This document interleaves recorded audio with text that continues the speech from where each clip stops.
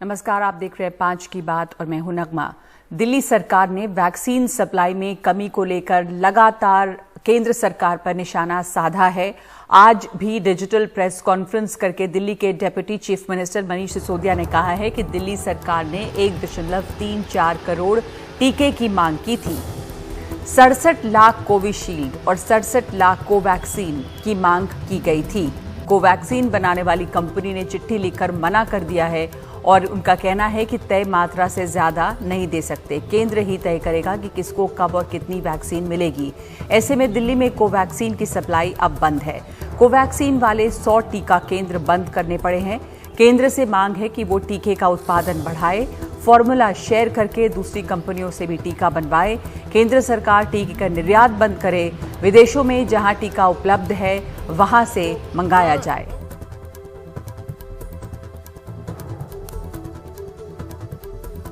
Covaxin की supply अब दिल्ली को बंद है और मुझे नहीं पता बाकी राज्यों को कितनी की जा रही है, पर दिल्ली को तो उन्होंने लिख के दे दिया है कि हम आपको वैक्सीन नहीं दे सकते हैं, क्योंकि हमें सेंट्रल गवर्नमेंट के हिसाब से वैक्सीन देनी है और हम आपको सप्लाई नहीं दे सकते। हमने 67 लाख वैक्सीन उनसे मांगी थी। जब केंद्र सरकार तय कर रही है तो फिर यह जिम्मेदारी लेनी चाहिए केंद्र सरकार को कि अगर वैक्सीन 6.5 करोड़ वैक्सीन एक्सपोर्ट नहीं की गई होती तो दिल्ली और मुंबई के एक एक आदमी को 2-2 बार डबल डोज लग चुकी होती अब तक वैक्सीन की। हमारे पास इस वक्त कोविशील्ड के जितने सेंटर्स थे वो चल रहे हैं, लेकिन कोवैक्सीन के सेंटर्स हमें बंद करने पड़े हैं। 17 स्कूलों में करीब 100 से ज्यादा सेंटर्स हमको बंद करने पड़े हैं कोवैक्सीन के।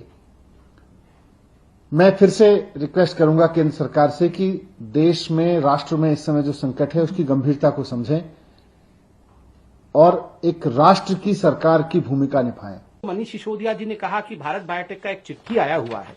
उस चिट्ठी में भारत बायोटेक खुद ही लिखती है, we acknowledge with thanks receipt of your letter dated 7 May 21 regarding supply of Covaxin. We appreciate your interest in procuring. मतलब आपने हमें कहा कि आपने 26 तारीख से प्लान किया, मन बनाया और उसके बाद आपने चिट्ठी लिखी 7 मई को, जवाब मिला 11 मई को और चिट्ठी भी 7 मई को क्या लिखा, हमारा इंटरेस्ट है, हमारे मन में इच्छा है कि हम खरीदें। इच्छा से नहीं होती है, नेगोशिएशन के कुछ फंडे होते हैं। मुझे कष्ट हो रहा है ये कहते हुए। नेगोशिएशन में एडवांस पेमेंट करना होता है, जो आपने खुद माना है कि आपने एडवांस पेमेंट नहीं किया है। नेगोशिएशन में आपको ऑर्डर प्लेस करना होता है, you have to place the order कि हमें इतना वैक्सीन चाहिए और वो ऑर्डर इस प्रकार से है, इसका इतना अमाउंट हम पार्ट पेमेंट अभी करेंगे या फुल पेमेंट अभी करेंगे। इस प्रकार से ऑर्डर प्लेस होते हैं, जो आपने नहीं किया। और भारत बायोटेक ने कोवैक्सीन न मिलने की शिकायत पर हैरानी जताई है। कंपनी की को फाउंडर डॉक्टर सुचित्रा एला ने ट्वीट करके कहा है कि 10/5/21 यानी कि 10 मई को कोवैक्सीन भेजी गई। 18 राज्यों में इसकी छोटी खेप भेजी जा रही है। ये सुनकर हमारी टीम को काफी निराशा हुई कि कुछ राज्य हमारी मंशा पर सवाल उठा रहे हैं। हमारे 50 कर्मचारी कोरोना संक्रमित होने से काम पर नहीं आ रहे, फिर भी हम लोग इस महामारी में लॉकडाउन के भीतर आपके लिए लगातार काम कर रहे हैं। केजरीवाल सरकार ने उत्पादन बढ़ाने के लिए वैक्सीन का फॉर्मूला दूसरी कंपनियों को देने का सुझाव दिया है। इस पर आज बीजेपी नेता संबित पात्रा ने जवाब दिया। ये राज्य इंटरनेशनल मार्केट में चले जाएं, राज्य इंटरनेशनल टेंडर कर दें, वो करेंगे ही। आप नहीं करोगे तो करेंगे राज्य, लेकिन केंद्र सरकार की भूमिका है इस समय, वो निभाएं। एक्सपोर्ट सारा बंद करें और जैसा अरविंद केजरीवाल जी ने कल माननीय मुख्यमंत्री जी ने कहा था कि इन दोनों कंपनियों की प्रोडक्शन कैपेसिटी लिमिटेड है, इनसे फॉर्मूला लेके सारी कंपनियों को, देश में जितनी भी कंपनियां वैक्सीन बना सकती हैं उनको सबको इसका फॉर्मूला देके मास स्केल पे प्रोडक्शन कराएं। नहीं तो ये 3rd wave, 4th wave, 5th wave में हमारे लोग वैसे ही मरते रहेंगे जैसे इस 2nd वेव में मरे। वैक्सीन के फॉर्मूले को लेकर, वैक्सीन के लाइसेंसिंग को लेकर और वैक्सीन के कंपलसरी लाइसेंसिंग को लेकर मैंने बहुत तथ्यात्मक तरीके से यहां विषय रखा। कोविशील्ड का जहां तक लाइसेंस है वो एस्ट्राजेनिका के पास है, विदेश में है। ट्रिप्स को वेव करना पड़ेगा, जिसके लिए यूएन में इंडिया लगी हुई है। जहां तक कोवैक्सीन का सवाल है, उसका बायोलॉजिकल सेफ्टी लेवल 3 की आवश्यकता है। पैनासिया कंपनी के साथ, हैफकीन के साथ, बाकी भी इंस्टीट्यूट, मैंने जो पीएसयू दोनों और नाम लिए, उनके साथ भारत सरकार ने ऑलरेडी उनको कहा है कि आप मैन्युफैक्चर करिए, उनको फॉर्मूला मिला हुआ है। मुझे बताइए अरविंद केजरीवाल जी, दिल्ली में कौन सी ऐसी संस्था है जिसके पास बायोलॉजिकल सेफ्टी लेवल 3 है और जहां आप बना सकते हैं? आप आईसीएमआर से लाइए और बनाइए, किसी ने मना नहीं किया है।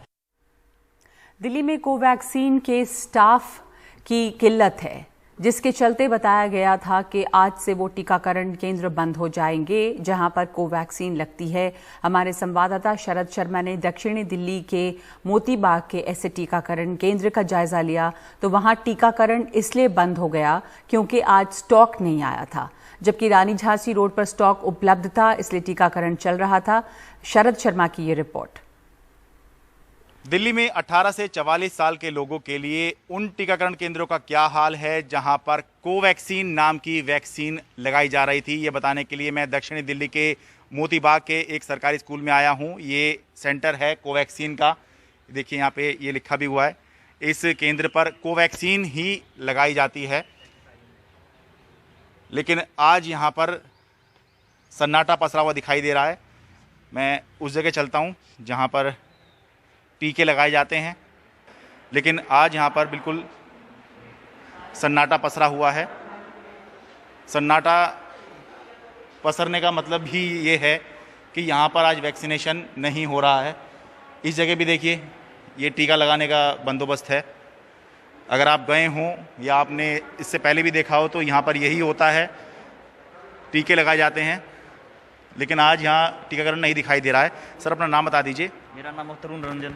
तरुण रंजन जी, आप इंचार्ज हैं यहाँ के? जी मैं, हाँ जी। आज टीकाकरण नहीं हो रहा है यहाँ? आज टीकाकरण नहीं हो रहा है जी। अच्छा, क्या बताया गया है? आज मॉर्निंग में ये मुझे मालूम हुआ कि मतलब कि आज मतलब स्टॉक में वैक्सीनेशन नहीं है, तो आज सेंटर पे वैक्सीनेशन नहीं होगा। अच्छा, लेकिन हम लोग ऑन ड्यूटी ही हैं। अच्छा, यहाँ कोवैक्सीन ही लगती है? यहाँ कोवैक्सीन ही लगती है। अच्छा, तो कब से शुरू हुआ था यहाँ पे कोवैक्सीन लगाने का काम? यहाँ पे 3-5 से। 3 मई से? हाँ जी। अच्छा, तो तब से कंटिन्यू सिर्फ आज ही ऑफ हुआ है, संडे ऑफ रहता है इसे। अच्छा। और बाकी सिर्फ आज वैक्सीन की कमी से कारण बंद है। अच्छा, तो इसलिए क्या यहाँ के स्लॉट भी नहीं दिए गए होंगे फिर? आज किन्हीं को स्लॉट नहीं मिला है। अच्छा, तो पहली बार ऐसा हुआ कि स्टॉक नहीं आया। स्टॉक आएगा तो फिर शुरू कर देंगे? हाँ, स्टॉक आ जाएगा, फिर से शुरू हो जाएगा। ठीक है, बहुत बहुत धन्यवाद। तो ये देखिए, क्योंकि स्टॉक नहीं आया और जैसा कि सूचित भी किया गया था पहले कि क्योंकि दिल्ली सरकार के पास स्टॉक नहीं है वैक्सीन का, कोवैक्सीन का स्टॉक नहीं है, इसलिए आज से कई जगहों पर टीकाकरण बंद होने की बात थी। तो जैसे यहाँ की मैं रिपोर्ट बता रहा हूँ, ये मोती बाग का इलाका है, यहाँ पर टीकाकरण नहीं हो रहा है क्योंकि स्टॉक नहीं आया है। ठीक इसी तरह से मैं गया था कुछ देर पहले रानी झांसी रोड पर, दिल्ली सरकार का स्कूल है, वहाँ पर जो है कोवैक्सीन ही लग रही थी, लेकिन वहाँ पर टीकाकरण चल रहा था क्योंकि वहाँ पर स्लॉट दे दिए गए थे और ये भी हो सकता है कि वहाँ पर स्टॉक रहा हो, इस वजह से वहाँ के स्लॉट दिए गए, इसलिए जिनको स्लॉट दिया गया उनको टीका लगाया जा रहा है। लेकिन कुल मिलाकर बात यह है कि क्योंकि स्टॉक की कमी है, इस वजह से कुछ जगहों पर जो कोवैक्सीन है वो लगाई जा रही है और कुछ जगहों पर कोवैक्सीन जो है वो नहीं लगाई जा रही। दिल्ली से अपने सहयोगी कैमरा पर्सन प्रेम सिंह के साथ मैं शरद शर्मा, एनडीटीवी इंडिया। और ऑक्सीजन सिलेंडर की जमाखोरी और कालाबाजारी करने वालों पर दिल्ली हाईकोर्ट सख्त है। ऑक्सीजन की जमाखोरी और कालाबाजारी के आरोपियों को नोटिस जारी किया गया है, जिनके खिलाफ एफआईआर दर्ज की गई, उन्हें अदालत में पेश होने के आदेश हैं। दिल्ली हाईकोर्ट ने कहा है कि जिन थानों में एफआईआर दर्ज है वहां एसएचओ के माध्यम से नोटिस भेजे जाएं। दरअसल दिल्ली हाईकोर्ट ने पहले ही कहा था कि जो भी कोई जमाखोरी या कालाबाजारी करेगा उनके खिलाफ अवमानना की कार्रवाई की जाएगी। हाईकोर्ट ने ऐसे लोगों की लिस्ट भी मांगी थी। और कर्नाटक सरकार ऑक्सीजन ऑन व्हील्स की शुरुआत करने जा रही है। कोरोना की दूसरी लहर के दौरान इस बस में मरीजों के लिए ऑक्सीजन होगा। मरीज बस में जाकर लेटकर ऑक्सीजन ले सकते हैं। ज्यादा जानकारी दे रहे हैं निहाल किदवई। यह है ऑक्सी बस, यानी जीवन रक्षक बस।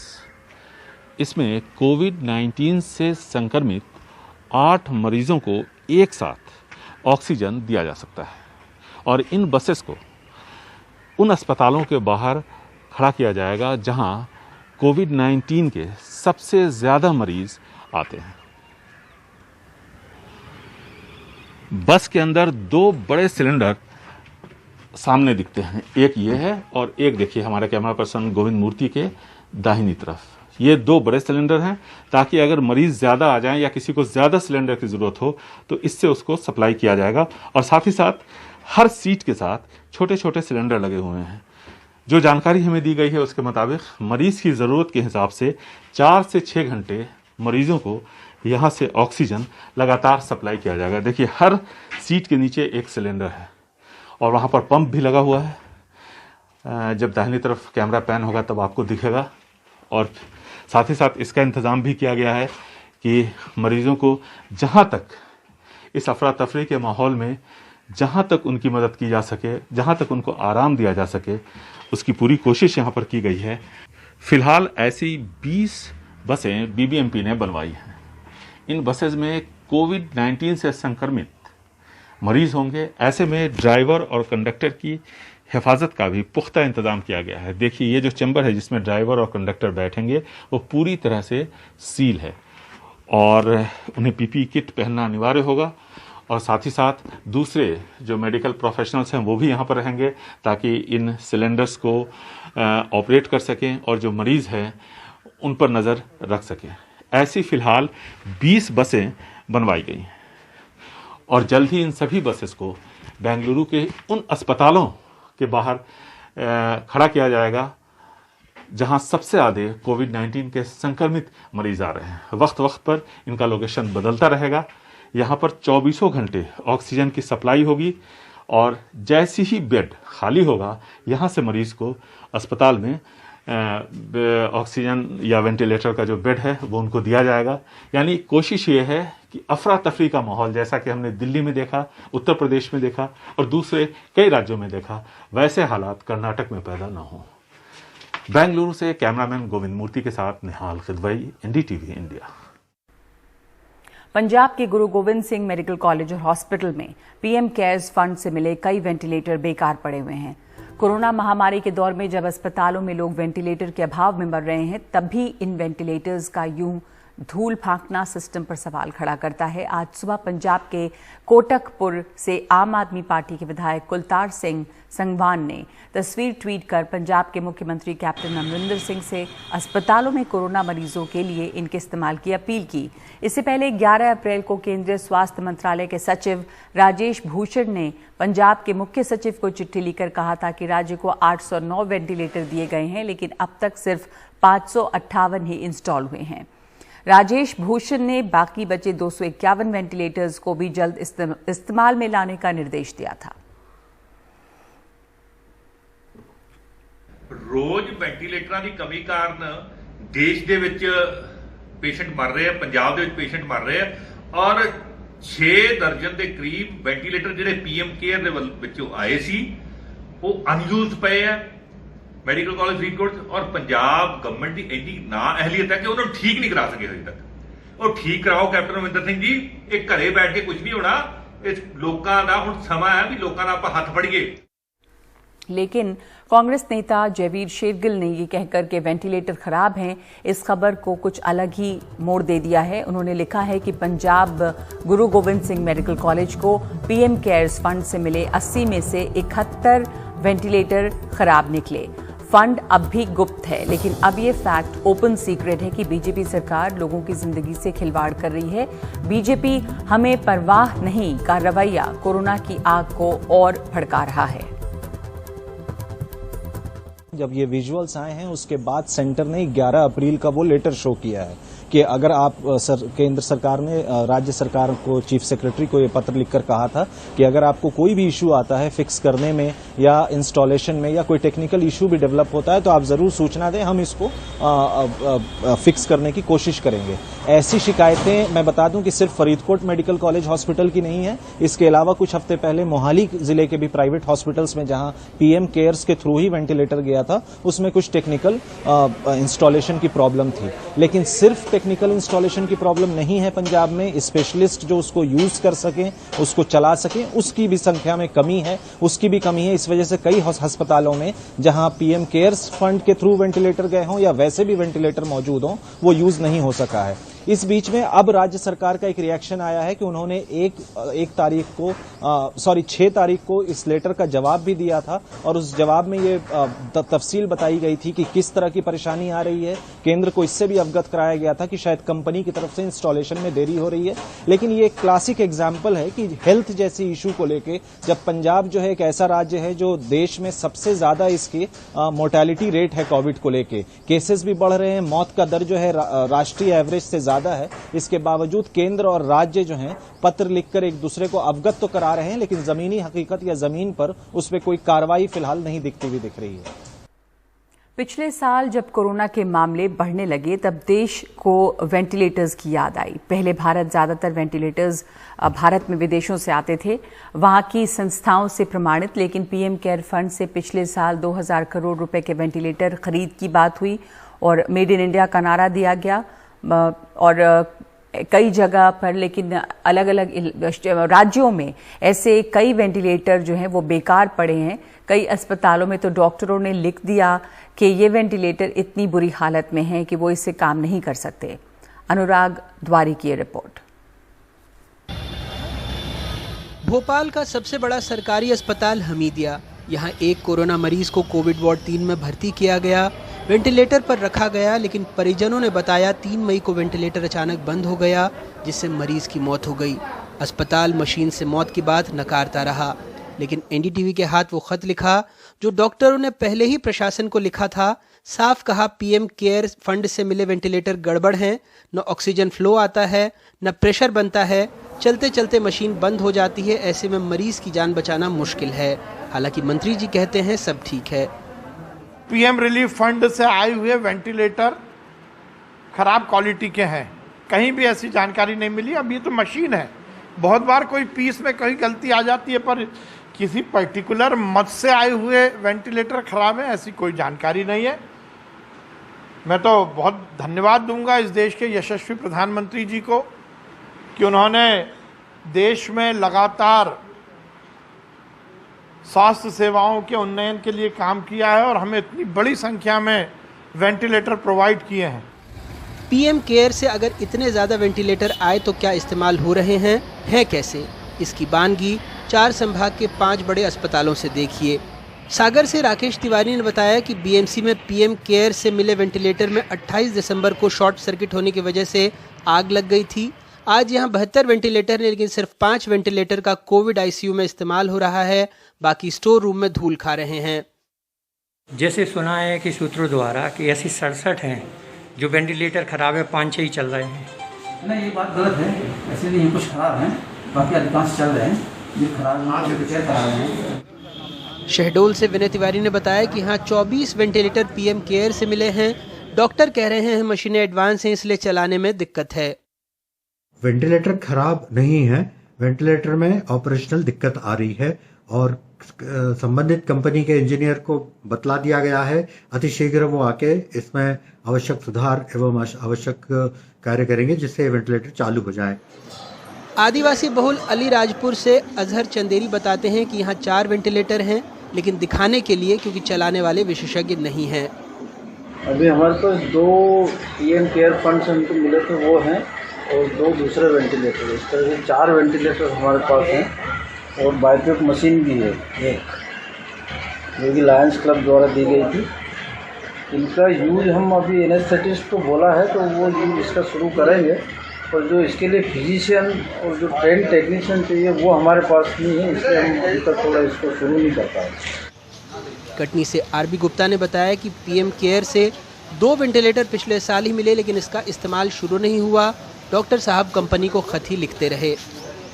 केयर फंड से 2 वेंटिलेटर हमारे पास आए हुए हैं, जिसका कि कंपनी लेवल से इंस्टॉलेशन होना है। कंपनी लेवल पे हमने करस्पॉन्डेंस कर रखी हुई है और कंपनी वालों की तरफ से ही जो है इंस्टॉलेशन होना है, जिस पर फंक्शन हो जाएंगे। अशोकनगर से स्वदेश का कहना था कि मुंगावली सिविल अस्पताल में वेंटिलेटर ताले में बंद हैं, आज तक चालू नहीं हो पाए। हाँ, अभी हम इस संबंध में सीएमएचओ सर से चर्चा करेंगे और उनको पत्र लिख के इसके बारे में गाइडलाइन लेंगे। जैसे ही अगर वो बोलते हैं कि यहाँ से जिला अस्पताल को शिफ्ट कर दिया जाए तो हम उसको शिफ्ट कर देंगे नियमानुसार।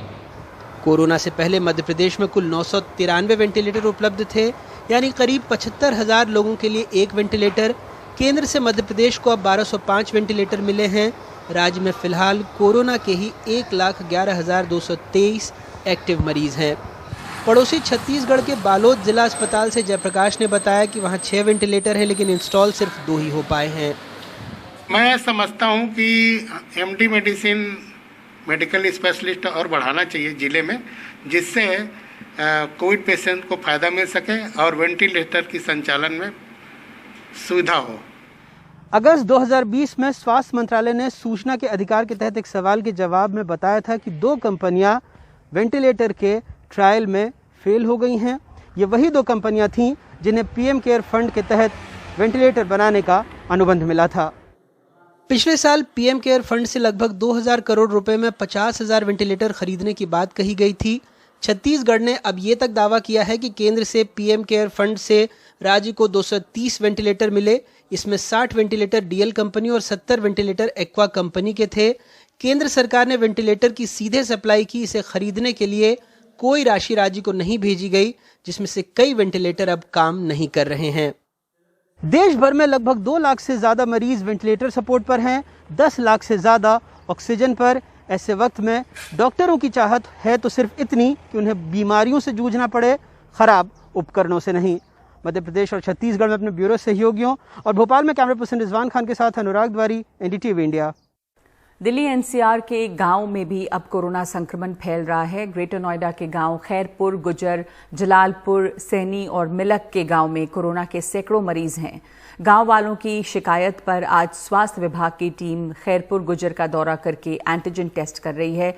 अब तक 50 लोगों के एंटीजन टेस्ट में 3 लोग पॉजिटिव मिले हैं, लेकिन गांव के प्रधान का कहना है कि गांव में बीते 10 दिनों में 26 लोगों की मौत हो चुकी है। खैरपुर, गुजर से ज्यादा जानकारी रवीश रंजन शुक्ला दे रहे हैं।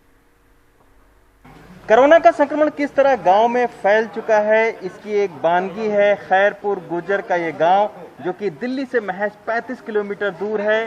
और ग्रेटर नोएडा की तमाम सारी जो बिल्डिंगें हैं वो इस तरीके के ही गांव की ज़मीन पर बनी हुई हैं। ये गौतम बुद्ध नगर का गांव है और ये आप देख सकते हैं कि बड़ी तादाद में जो गांव वाले हैं वो आज यहाँ पर टेस्ट करवाने आए हैं, क्योंकि लगातार ये शिकायतें मिल रही थी कि इस गांव में बुखार और खांसी के तमाम सारे केस आ रहे हैं। कई लोगों की मौत हो चुकी है। और ये सिर्फ खैरपुर गुजर की ये तस्वीर नहीं है, आसपास के जितने भी गांव हैं वहाँ पर भी बीमारों की तादाद जो है वो लगातार बढ़ रही है। हम ये देखिए डॉक्टर साहब यहाँ पर आए हुए हैं, एंटीजन टेस्ट कर रहे हैं। सर, अभी तक सुबह से कितने लोगों का टेस्ट किया, कितने लोग पॉजिटिव? यहाँ पर करीब 50 लोगों की जांच हो गई है, 3 एंटीजन पॉजिटिव हैं।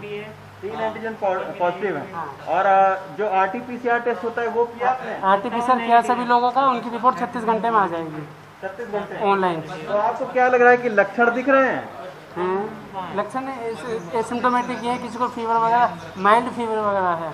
मैं सबसे पहले सुरेंद्र प्रधान गांव खैरपुर की तरफ से एनडीटीवी की जो टीम है इसका स्वागत करता हूं। जो आप हमारी ये पीड़ा सरकार तक पहुंचाने के लिए आए हैं, आपका बहुत बहुत स्वागत। अभी जो है हमारे गांव में संक्रमण काफ़ी मात्रा में फैल चुका है और आज भी जो है ये प्राथमिक चिकित्सा सेंटर जो बिसरक है उसकी तरफ से जो टीम आई हुई है वो सुबह से चेकअप कर रही है। उसमें 3 जो व्यक्ति हैं वो संक्रमित पाए गए हैं। अभी मैं आपके टीवी चैनल के माध्यम से सरकार से अपील करना चाहता हूं कि ये आगामी समय में भी रोज़ाना इसकी जो है जांच होती रहे, ताकि जो है पीड़ित जो व्यक्ति हैं उसको घर से अलग रख करके उपचार किया जा सके। अच्छा, तो ये सिर्फ खैरपुर जो गुजर है वही है कि आसपास के कौन कौन से गांव से पीड़ित? आसपास के मिलक है, जलालपुर है, रोजा है, सैनी है, तुशाना है, छेजा है, बिसरक है, दुजाना है। ये मतलब जो इस बड़ी तादाद में वहाँ भी जो है युवान की मौत हुई है। आपकी भी जो मदर हैं उनको क्या लक्षण थे जिसकी वजह से डेथ हुई है मदर की? फीवर आया था, फीवर के बाद फिर उनको हमने एडमिट कराया था। तो उनका वहाँ पे वैसे तो रिपोर्ट तो नेगेटिव आई थी, बट उन्होंने इलाज कोविड में किया था। अच्छा, तो क्या सांस फूल रही थी, ऑक्सीजन लेवल? वो हॉस्पिटल में तो कम ही चला था, हॉस्पिटल ऑक्सीजन लेवल कम हो गया था। ये उस गांव की तस्वीर है जो कि दिल्ली एनसीआर का एक मुख्य गांव है, जिस गांव की ज़मीनों पर बड़ी बड़ी जो बिल्डिंगें हैं, सोसाइटी हैं, वो बनी हुई हैं जो ग्रेटर नोएडा की हैं। तो यहाँ आप देखिए कि यहाँ पर जब मेडिकल की जो हेल्थ फैसिलिटी है वो यहाँ पर जब कुछ नहीं है, तो आप सोच सकते हैं कि दूर दराज के जो गांव होंगे वहाँ पर आखिर जो स्वास्थ्य सुविधाएं हैं वो क्या होंगी। तो सरकार को इस ओर ध्यान देने की ज़रूरत है और बहुत ही सघन एक सर्वे और टेस्ट कराने की ज़रूरत है गांव में, वरना तमाम सारे लोग बीमार पड़ेंगे, बहुतों को इसमें जान चली जाएगी। खैरपुर गुजर से शशिकांत के साथ Ravish Ranjan Shukla, NDTV India. Allahabad high court ने प्रदेश सरकार को हर जिले में 48 घंटे के अंदर महामारी शिकायत कमेटी बनाने का आदेश दिया है। इस कमेटी में चीफ जुडिशियल मैजिस्ट्रेट या उसी रैंक के जुडिशियल अफसर, मेडिकल कॉलेज के प्रोफेसर या बड़े सरकारी डॉक्टर और एक एडीएम शामिल होंगे। अदालत ने लिखा है कि हमारा मानना है कि ग्रामीण इलाकों में कोविड से बचाव की कमोवेश सुविधाएं नहीं हैं, इसके अभाव में वहां लोग मर रहे हैं। यही हालत छोटे शहरों में भी है।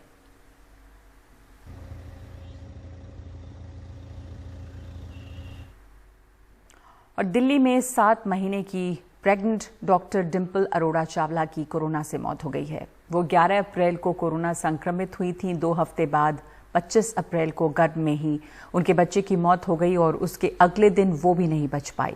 हालांकि मौत से कुछ ही दिन पहले उन्होंने एक वीडियो परिवार और दोस्तों को भेजा था और वायरस को हल्के में न लेने की अपील की थी। उन्होंने इस वीडियो में कहा कि मैं बहुत तकलीफ के साथ ये वीडियो रिकॉर्ड कर रही हूँ, मैं बोल नहीं पा रही, लेकिन फिर भी ये बताना चाहती हूँ कि बहुत ही खतरनाक बीमारी है, इसे आप हल्के में बिल्कुल न लें। जब भी घर से बाहर जाएं तो मास्क ज़रूर पहनें। ये वीडियो बना रही हूँ बहुत मुश्किल से। I really want to tell each and every one जो मुझे जानता है, please don't take corona so lightly. Very bad symptoms. I am not able to speak, but I really want to convey my message to all.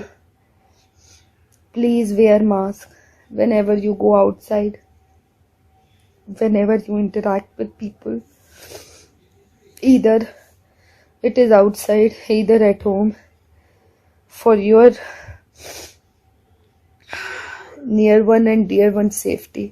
So she had actually made this for her family and friends, but her untimely demise led me to post this message to the world so that the world can know that you should not take COVID so lightly. That it was her message, and you should be wearing masks, and not just for yourself, but for the elderly or the pregnant women, and there may be people with comorbidities at home. So you should wear masks. We should care about the people at home. That was my wife's message that I just want people to know about. And आज से पूरे दक्षिण भारत में lockdown लग गया है। लगातार बढ़ते लॉकडाउन से अर्थव्यवस्था पर संकट का साया गहराता जा रहा है। रेटिंग एजेंसी क्रिसिल ने अपनी ताज़ा रिपोर्ट में कहा है कि भारत की विकास दर पहले अनुमानित 11% थी, लेकिन अब ये 8.2% तक गिर सकती है। मंगलवार को तेलंगाना के मुख्यमंत्री ने बुधवार सुबह 10 बजे से पूरे राज्य में 10 दिन के लॉकडाउन का ऐलान कर दिया। यानी अब लगभग पूरा दक्षिण भारत अगले कुछ दिन लॉकडाउन में रहेगा। अर्थव्यवस्था पर नजर रखने वाली संस्था क्रिसिल ने अपनी ताजा रिपोर्ट में आगाह किया है कि अगर मई 2021 के अंत तक कोरोना की लहर चरम पर पहुंचती है तो जीडीपी की विकास दर अनुमानित 11% से गिरकर 9.8% रह जाएगी। लेकिन अगर कोरोना की लहर जून 2021 के अंत तक चरम पर पहुंचेगी तो जीडीपी विकास दर अनुमानित 11% से गिरकर सिर्फ 8.2% रह जाएगी।